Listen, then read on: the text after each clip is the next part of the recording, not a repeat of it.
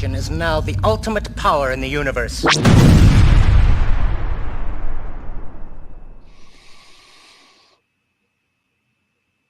What is up, Scuttlebutt Nation? It's not Saturday, but it's a special Scarif Live with my friend Tina. What's up, Tina?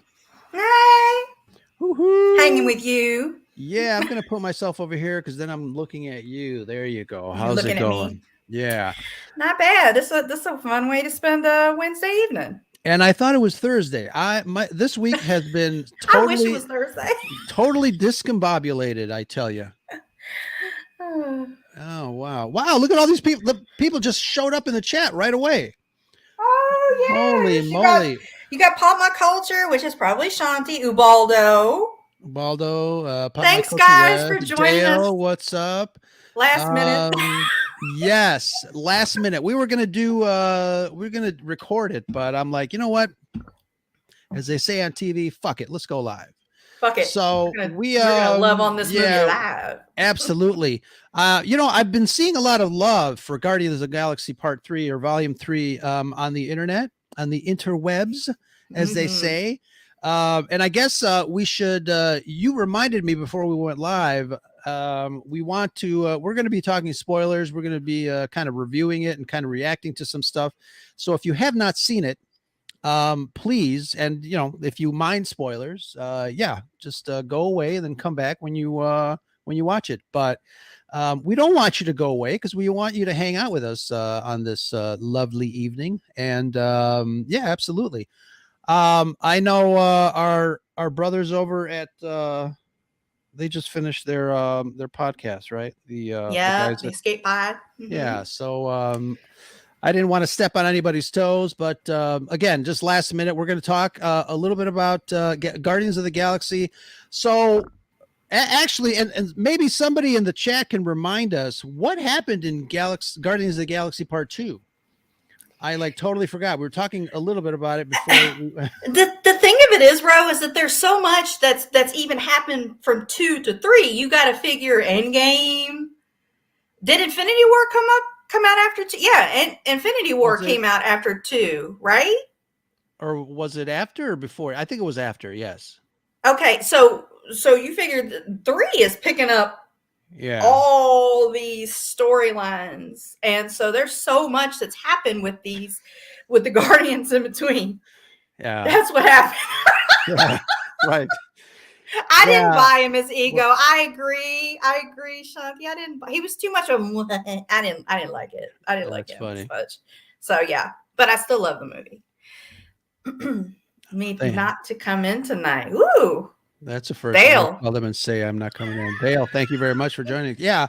So yeah, like I said, we're going to talk spoilers. We're going to talk a little bit about story plot, what we thought, and then playing the trailer here a little bit. But I just want to. I've said it in the past. I've said it online. Let me bring this audio down so we don't get flagged. But I am surprised at how much I enjoyed this movie. It was really, really surprising. It was really great. I think you can tell that the actors really had a connection behind the scenes. And I think I saw some interviews saying that, some of them, they finished shooting and then the next day they were flown to the next project. They really didn't get a chance to embrace and say goodbye and all that good stuff. So it was a little emotional, but yeah, they've been together for, and again, people forget that they've been around more than just their own movies. They've been part of the Avengers and stuff like that. So Endgame and the whole Thanos thing. So it has been quite a long time, but give me your reaction heading into the theater, not knowing what you were going to expect, but tell me what you were thinking. Well, I knew automatically because, like I said, Guardians is one of my favorite franchises of the MCU. I knew I was going to love it. I'm a fan of James Gunn and his work. I feel like he's done a marvelous job with the Guardians. I knew that I was going to get emotional. I just wasn't sure over what. I was going to be emotional about. And boy, did I suffer some emotional trauma. And, I'm not even saying that in a bad way. I think I said it in a tweet. James Gunn ripped me open and then sewed me back up again. Yeah, absolutely. By the end of the movie. Yeah. Let me see. Dale says you can't. What do you got? We can't hear the audio. You know what? I brought the audio down, but let's play the trailer and see. Let me know if you guys can hear it. And now we know. Yeah. This is a great trailer too. Honestly.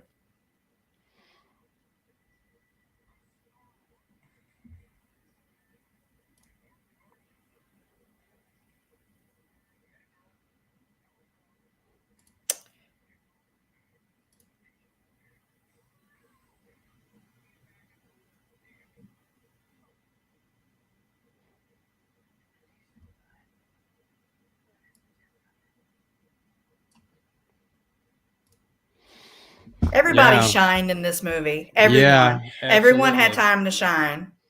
Yeah, and that's a great thing for an ensemble cast like this. Because obviously the Avengers had a big cast, and you're wondering, wow, there's so many actors, so many characters. How are they going to pull this off and pull it off well? Nudge, nudge, wink, wink. Sometimes you get a movie with 3 people and they don't do it well. If you know what I mean, but no,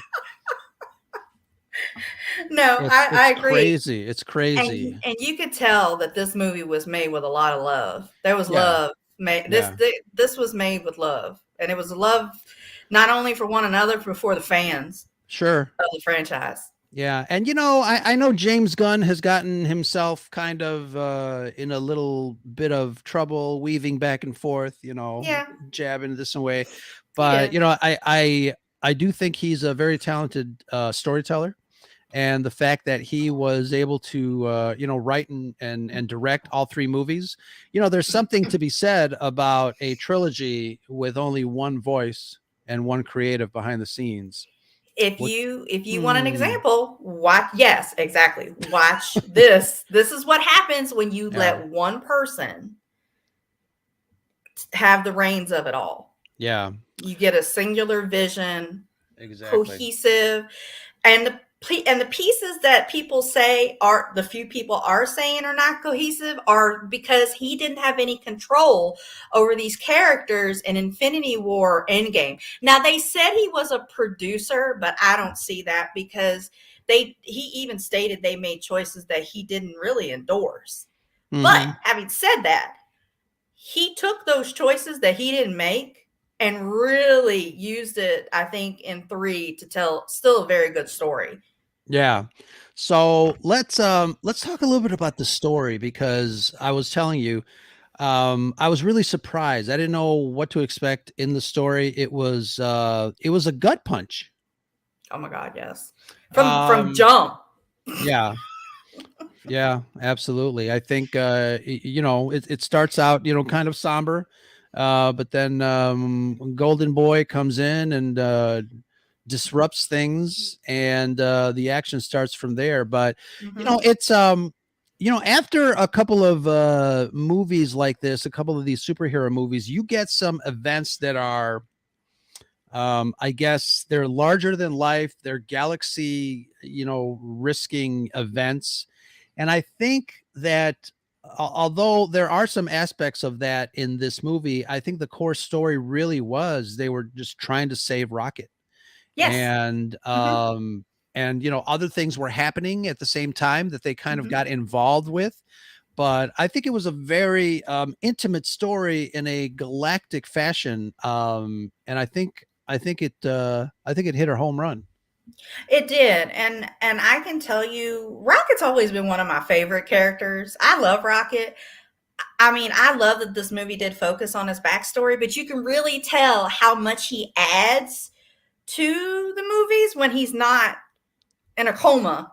Right. And the movie was still great. So this is not a criticism, but you can see how big of a part he plays in the team. Yeah. as part of the movies, his quips, his sarcasm, his Yeah. insults, how he likes to give Quill shit all the time. Mhm. I miss that. I miss that. And, but that's okay, because I think a couple other characters stepped up and kind of gave us a little bit of that too this time Uh, around. Absolutely. Shanti mentioned Drax is funny. Of course he is. He's got that Yes. singular wit. Um, Mantis stepped up. Her and Mantis Drax were an steps. awesome Yeah. duo. Now, did you see the holiday special back in December? I think it was. I watched pieces of it, Mhm. but the parts of God, they're so adorable. They're absolutely hilarious in that, the two of them. That really started off for me their bond, that you saw it. You saw a Yeah. little bit of it in 2 starting, but then you really saw it in the holiday special. Yeah, absolutely. I think and the holiday special too was something that surprised me. I didn't know what they were going to do. And I just Yeah. I hope Marvel does more of these little like one-offs, these little holiday Right. specials. It's something that I actually wanted Star Wars to do. You know how when on the DVDs for the MCU they had those one-shots Yep. with these little stories. It started with Iron Man. I really wanted Star Wars to do something like that. But yeah, they're doing a good job with this. Yep. They still felt in character. It was just set around Christmas, and it's still I think it also helps cement their family, Yeah, their chosen family. They've chosen one another. yeah. Megan's got a good point. I was going to talk about this exactly. Yeah. That That's a funny part. the fake Peter Quill.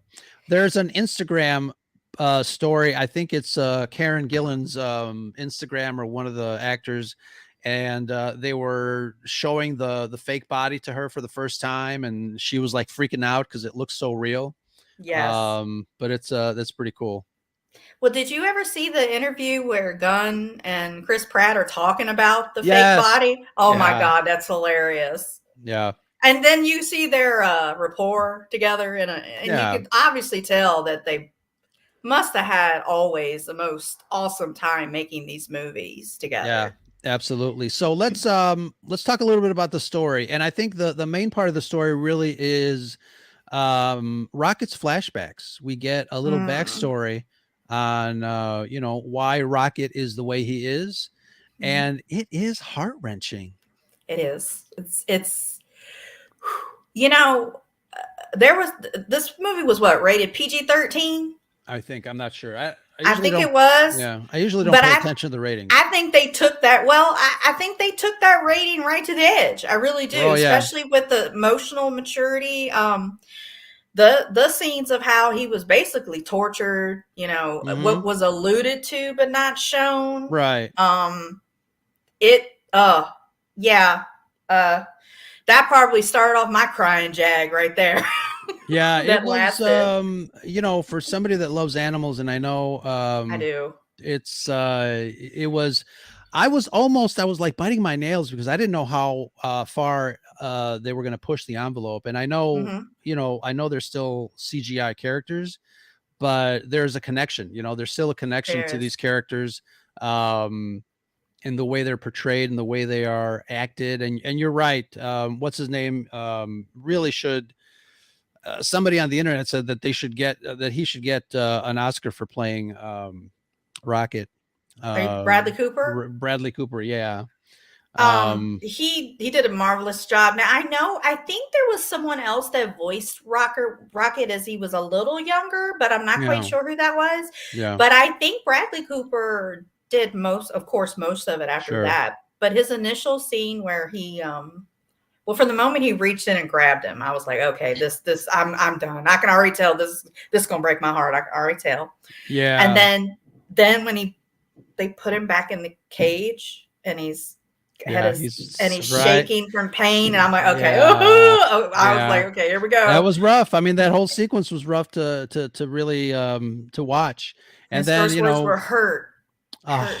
God. Oh God. Yeah. Oh Jesus. Yeah. And My son was crying. My son was crying too. yeah. Once his friends were introduced to, then you get a bigger picture of what this Hmm. guy, the antagonist of the movie, and we'll get to his role in a second. But it really it throws you for a loop Hmm. because you start to get the idea that Rocket was not the only experiment gone wrong, or the tortured animal in this movie. And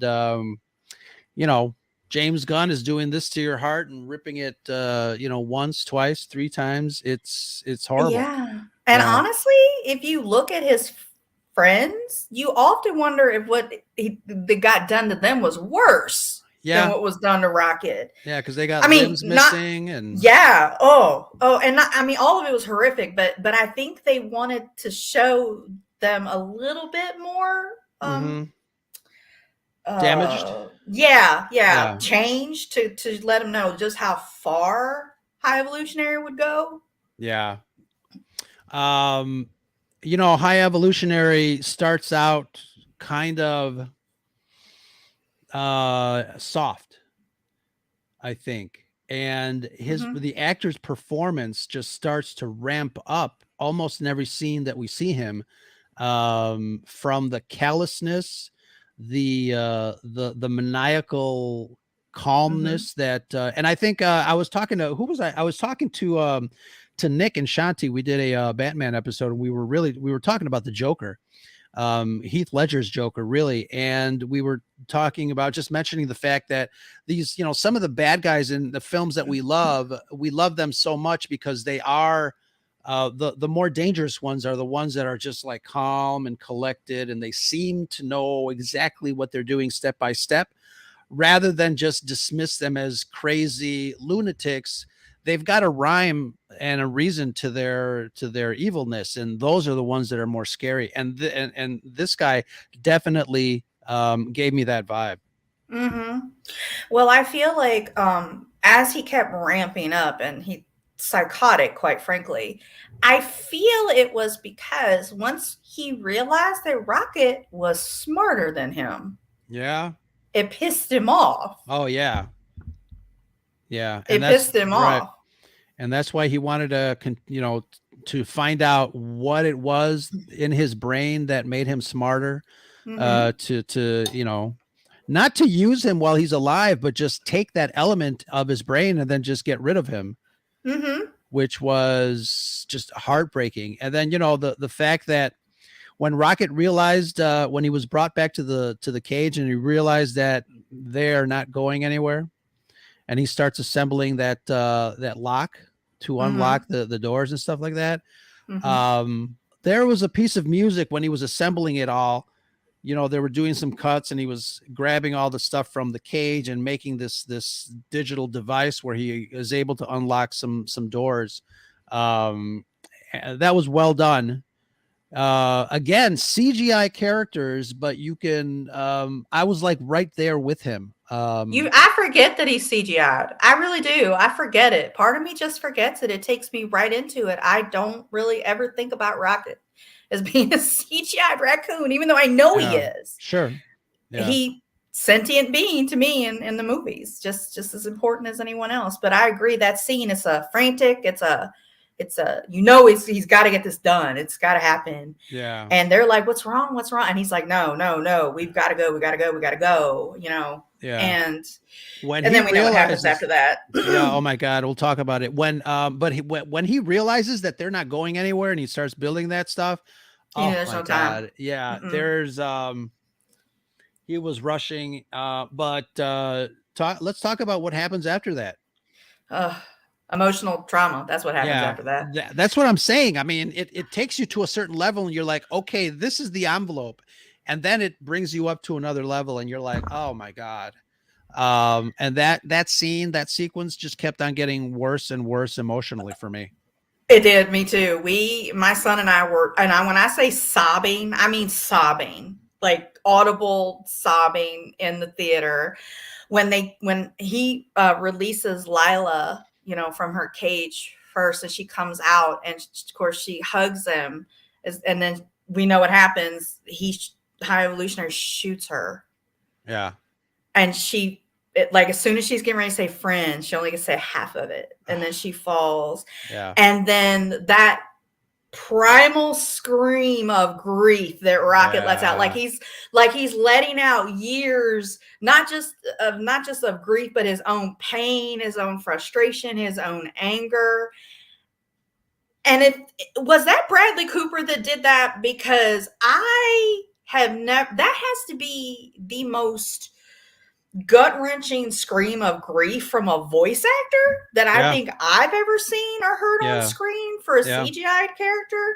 And then the way High Evolutionary just mocked him, that was just evil. Ultimately, the most evilest thing I've seen in the longest time. Yeah, especially in a comic book movie. Yeah, absolutely. I love the seriousness that that Bradley Cooper brought to the role of Rocket, even though he's sitting, he's sitting comfortable in a chair with a microphone, in front of him, doing his lines. But there's something about his performance that really translates to the CGI character. And I know, when they create these characters, they look at visual cue. The 3D artists look for visual cues from the actors that are voicing them. And you can look online and see some behind the scenes of Bradley Cooper doing some recording, and it's just he's not sitting comfortable in a chair. He's like all over it and doing all sorts of movement, and I love that. Like I said, the performance just shines through. The way he can immerse himself into a voice acting role where he's not going to be actually in it. Yeah, and he deserves an award for that scene alone. Yeah. Best portrayal of grief I've ever seen, honestly. From any actor. Shanti's talking about the villain. He's an awesome villain. He was chilling. And, again, spoilers, obviously, but I love the way that he got his comeuppance. Yes, he got his. Yeah, he got his for sure. He did. But let's back up a little bit. What other characters or scenes are notable for you? I know we're kind of, I think, maybe halfway through the film, but I don't think Nebula. Let's focus on Nebula. I feel like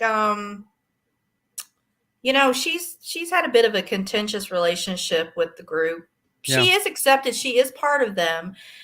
She is more cyborg, I think, than she wasn't ever human. I think she was some type of alien species, but she admitted that what was done to Rocket was worse than was done to her, even though Thanos basically ripped everything off her and replaced it with parts. So she... By the way, I love the creepy ones. I got a crush on her, let me tell you. That voice, it is. The elevator scene where Quill is like just basically summing up his entire arc through the whole thing, and he's just taught, and she's like, you missed some important pieces, but that is the gist of things. And I'm like, that's a good part. You can see her gradually bonding a little closer. I think people forget that it was just her and Rocket after the snap. It was just her and Rocket. And when they call and they're on the ship and they're not on the ship, and she hears Rocket's voice and she's like, Rocket, and she breaks down a little bit, just that little subtle breakdown that got to me too, because just in that moment you could see how much he means to her. Sure. Yeah.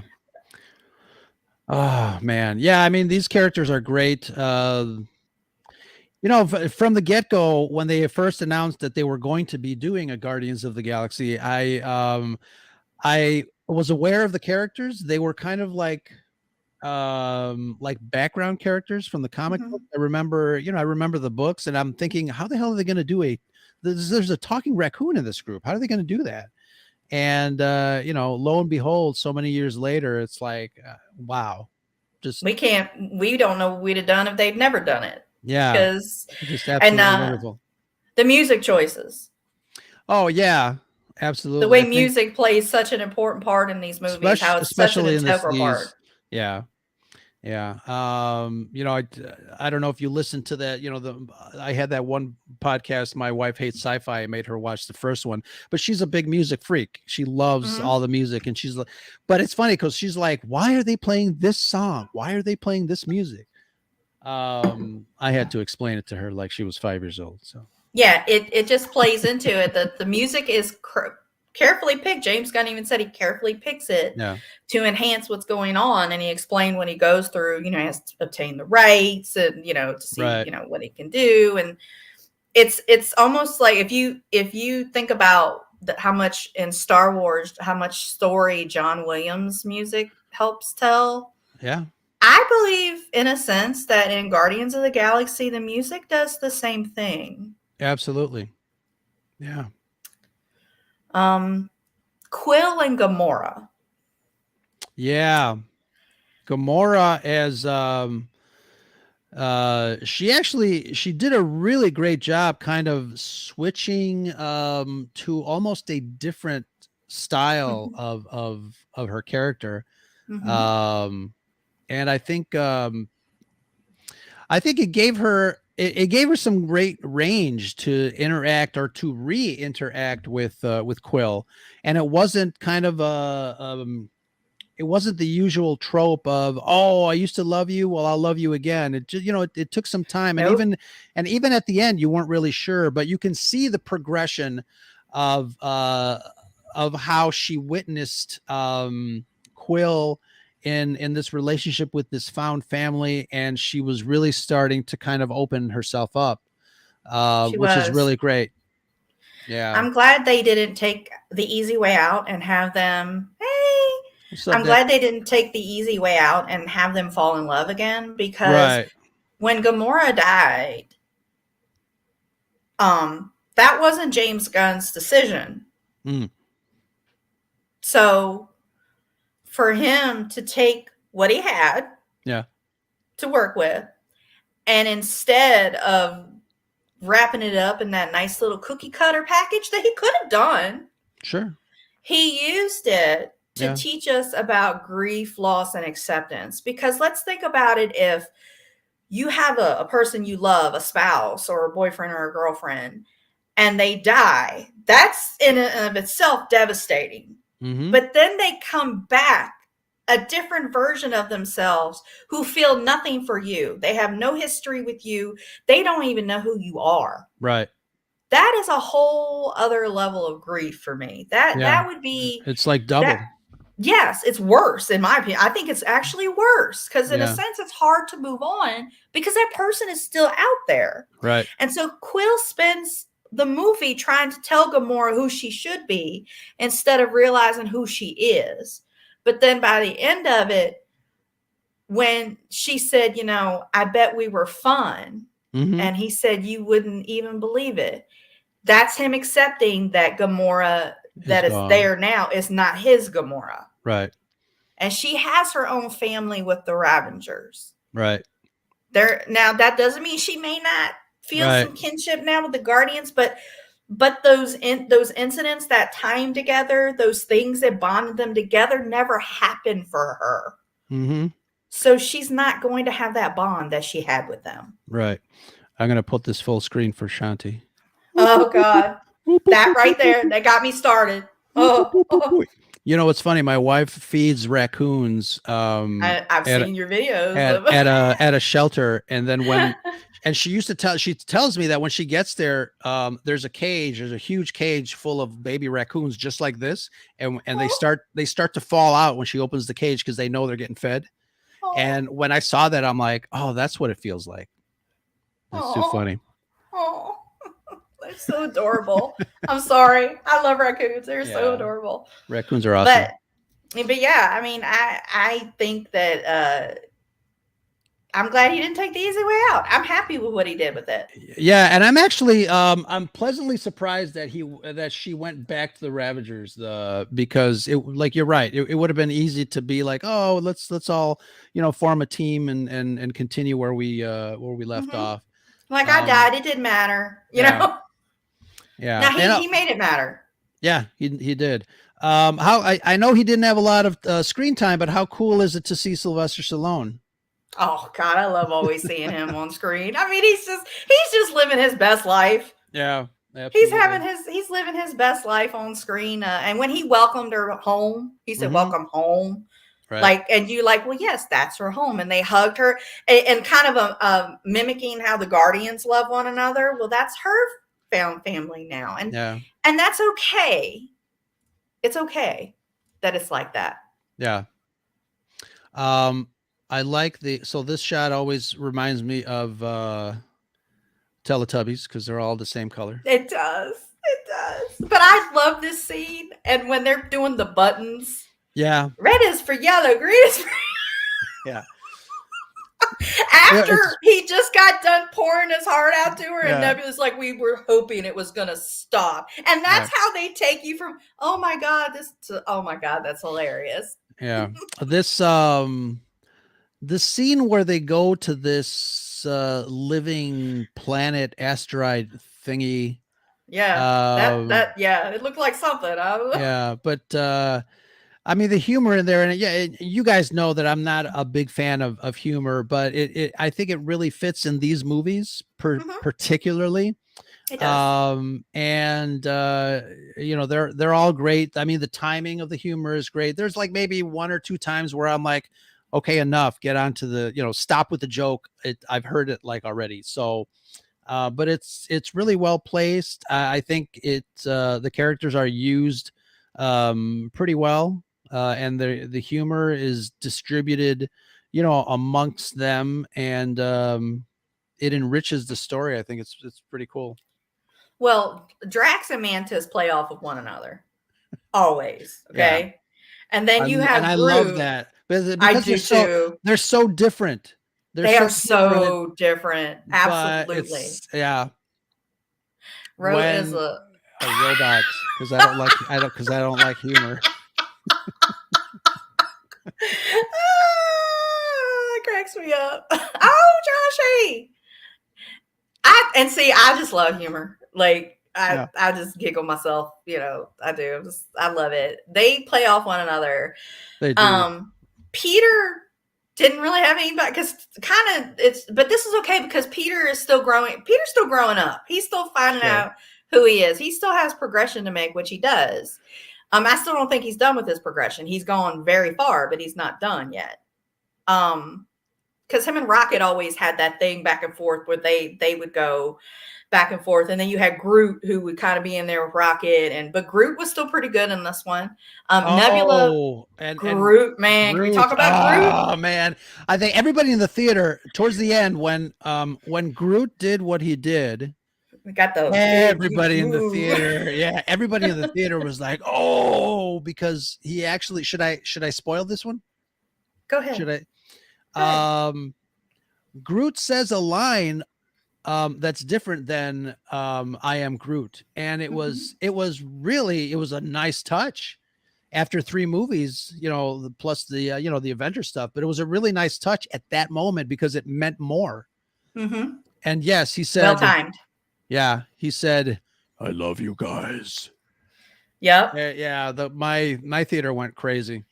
We did too. Mine did too. We were like, oh, we clapped, and he was so great in this movie. Even though they gave him more nuance when he's talking, when he just says, I'm Groot. Like when she says, when you need to touch him, and he goes, I'm Groot. No, not that way. Yeah. Ew. But you know what's funny when Gamora says, you guys are making stuff up because I don't hear anything. You guys are making it all up, aren't you? Yeah. And they're the audience. She's the audience because we always, are they making this up? Do they really understand him? And she's us, like kind of doing the same thing. Yeah. And they're like, no, it's what he said. And she's like, no, she just thought they were absolutely full of shit. I mean, she did the entire time. Totally. Until she did. Yeah. I think the point that Megan's making, I've heard that at a point, the reason we understood Groot was because after all this time with the Guardians, we were brought into their circle to understand him. I think that's a great explanation. And I think that's been confirmed too. Yeah. I think that's actually been confirmed, Megan. So, and see, once again, a love letter to the audience. We're part of the family. We're part of the group. We're misfits too. We're a ragtag group of misfits, that bond together over, emotional trauma and God knows what else. Love of space. Yeah. Josh, I just got the same text from Nick Flicks podcast. It's the same exact thing that you said. So cool beans. What else? I know we said this movie kind of surprised us. You know, the thing that surprised me in my theater in particular, and I think every time I go see a Marvel movie, when the credits start, people start to get up, and I'm like, "Is this your first Marvel movie? What the hell? Stay for the credits." I know. Nobody got up. Did they get up for you? Because I had a couple people get up, and I don't know, like, you know, some amateurs. Amateurs, totally. Either they've already seen it and they've already, you know, they just came with friends or something. But it was opening night, so I don't know how they would have seen it. I don't either, unless they read spoilers, because there yeah. would be some out there by then. I never get up. I wanted to yell, "Sit down! Stay! You don't get the full picture unless you get the end credits." Yeah. You know, speaking of credits, you know, you guys know I love all the behind the scenes stuff, but the credits were great because it made it look like a photo album with memories and pictures and stuff like that, and they had everything. Sith Care Bear's got to go back to work. Thank you for stopping by, Josh. Have a good night. Make sure you clean under aisle 4, because that's where I had a mess. It's sticky. There you go. Did I mention I like Nebula? Yeah, you did. You did. That's where it happened. What's that scene? Okay, what do you think when he's looking at her and he's just and she's like, "Knock it off! Don't look at me like some puppy dog." And he's like, "Well, you just have nice eyes." Yeah. He goes, "Yeah, well, Thanos picked some good ones. And he picked a pretty set. That's all I'm saying." Yeah. And it kind of made people think, could they ever? I don't know. Yeah. I mean, I think Peter's reputation is kind of like a little space whore, isn't he? Before Gamora, like, wasn't he kind of like a little space Casanova? Yeah. Yeah, I think he kind of was, which I could see it. You know, the goofy, you know, he had really great hair in this one, though. He had really great hair. Yeah. I liked his hair in this one. It looked like like a little messy. Yeah, little wavy, you know, like, you know, little stuff, you know, the facial hair, you know. But you know, getting to the end credits, you had I think the first one, which is the mid credits, where the new team was assembled. Yep. And you know, they're in the middle of a mission. It was cool to see the new team, and then one of the little girls that was rescued from the planet, which was really cool. Could play a huge part in the future if they go that way. Yeah. Because of the power she has and where they come from and who she is in the comics. But that's only if they go that way. We don't know. I'm assuming James Gunn made these decisions because maybe Marvel's going to play off where he left it off, I guess, maybe. Well, the very last screen says Star-Lord will return. I don't know if James Gunn will return now that he's head of DC, but we'll see. Yeah, and then Disney, I think Disney said they're not going to do any more fourth movies for these franchises, like, because they did Thor 4 and they're like, no, we're just not going to do any more fourth movies. Yeah. So I don't know now if we're just going to get crossover into like future Avengers and Secret Wars, maybe. I don't know, but with Adam Warlock now part of the universe, and then that little girl who I think is called Ty Lavelle or something, that's her name. They played a big role in the cosmic side, I think, of things in the comics from what I read. Yeah. Hey, Ghost. Nice to see you too. That could go that way. I have to think that if he put that in there, he did it for a reason, because they're gonna pick that up. I hope so. Yeah, and so let's talk a little bit about that end credit scene where he goes and visits his grandfather. Yep. Obviously, there's a little humor there. You've got Grandpa reading the newspaper, and on the front of the newspaper, you can see that there's a headline that says Kevin Bacon talks about being abducted by aliens, and obviously that's what happened in the special, the holiday special, which was a lot of funny. I had to explain to my son who Kevin Bacon was and what happened in the special, but he thought it was funny. I would have to watch it again, but can you remind me the conversation that Quill was having with Grandpa? They were talking about their son, right? Something about mowing the lawn. Something about mowing the lawn. I have to admit that went by so fast that Yeah. I don't think I caught that even on the second rewatch, that they were just talking about chores. It seemed like a mundane conversation, but I don't think everything's really ever mundane if they Right. chose No, to show it. especially there. I mean, Star-Lord was saying, why doesn't his son come out and mow the lawn or something? Yeah, like a And neighbor or something, maybe, or is it a neighbor they were talking about? Because I don't who's got know. because his mom is the one that died, and that's his Right. grandpa's daughter. Right. So was there any more So I almost uncles, kids? and then the grandpa's like, no, no, no, no. Like it was almost like he was, like shooing, Yeah, we're not going to talk about that yeah, or we're not going to talk something. about that. But I wonder why, and I wonder if the neighbor is going to play some sort of significant role as far as whoever they were talking about. Maybe. Because then it cuts to that screen and it says Star-Lord will return. And you're right. No, none of especially the end credits on these films, nothing's by accident. No, they're not there So, just to be there.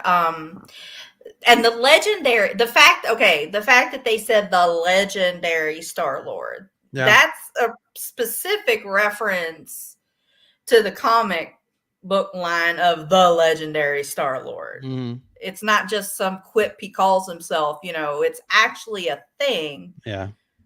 Now you could also take it as, Quill, I'm sure he's glad to finally be back on Earth with family again, but do you think he's really going to be happy just living the suburban lifestyle on Earth when he's raised flying around space, fighting Right. aliens come on. You're not Exactly.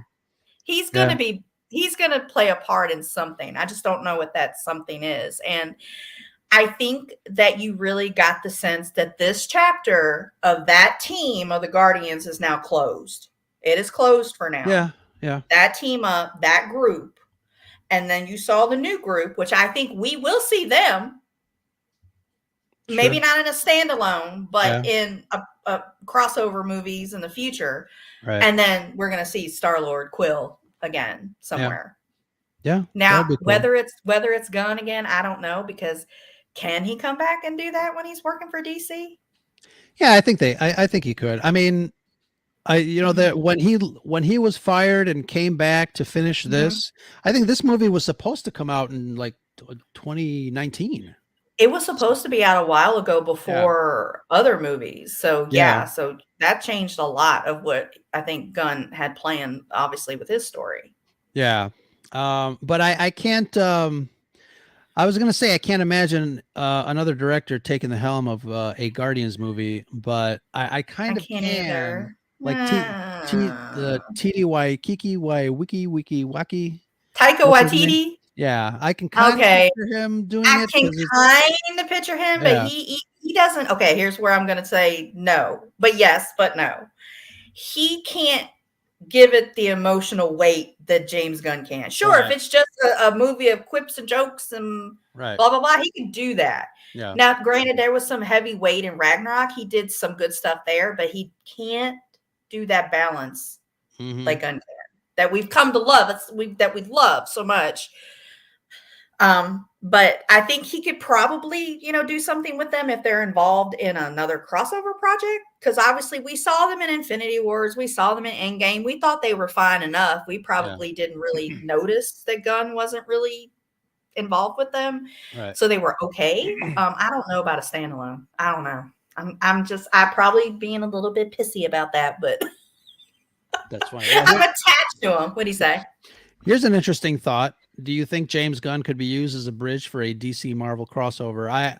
I think that might be almost prophetic. We had a Spider-Man Superman crossover back in the day. We did. In the comic books.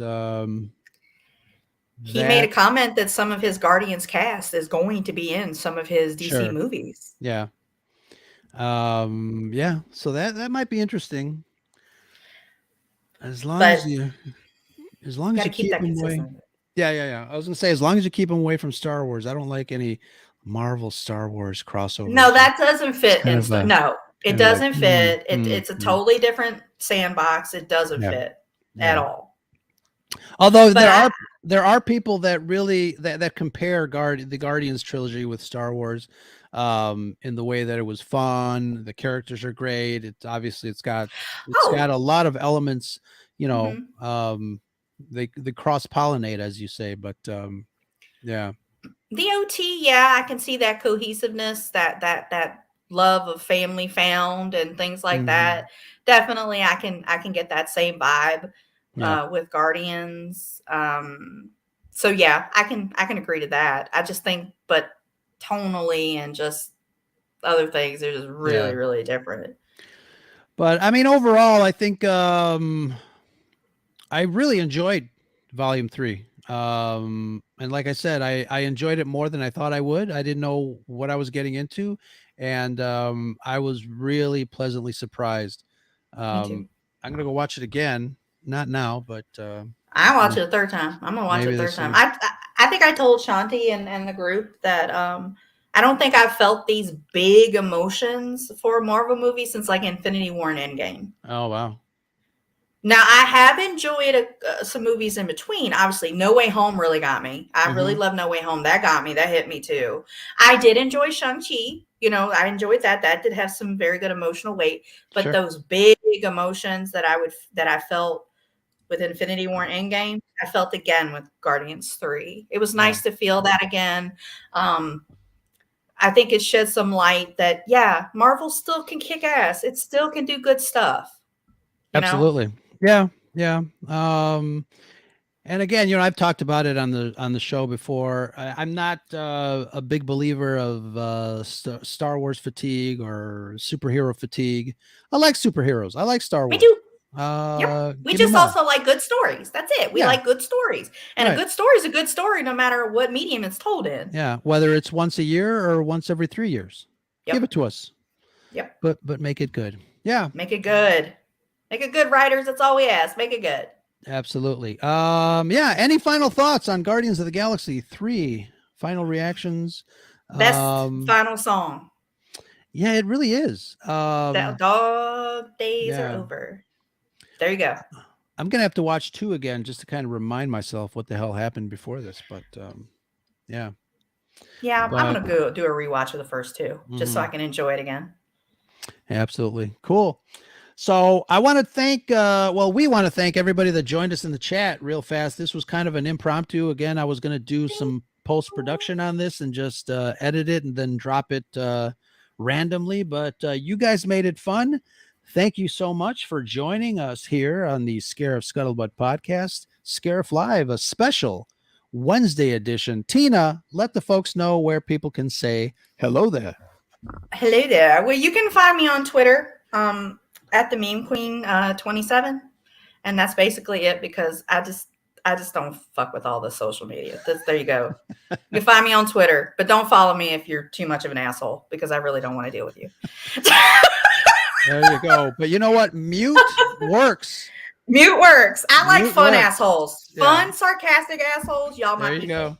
Come find Absolutely. me. Excellent. Excellent. Well, thank you guys.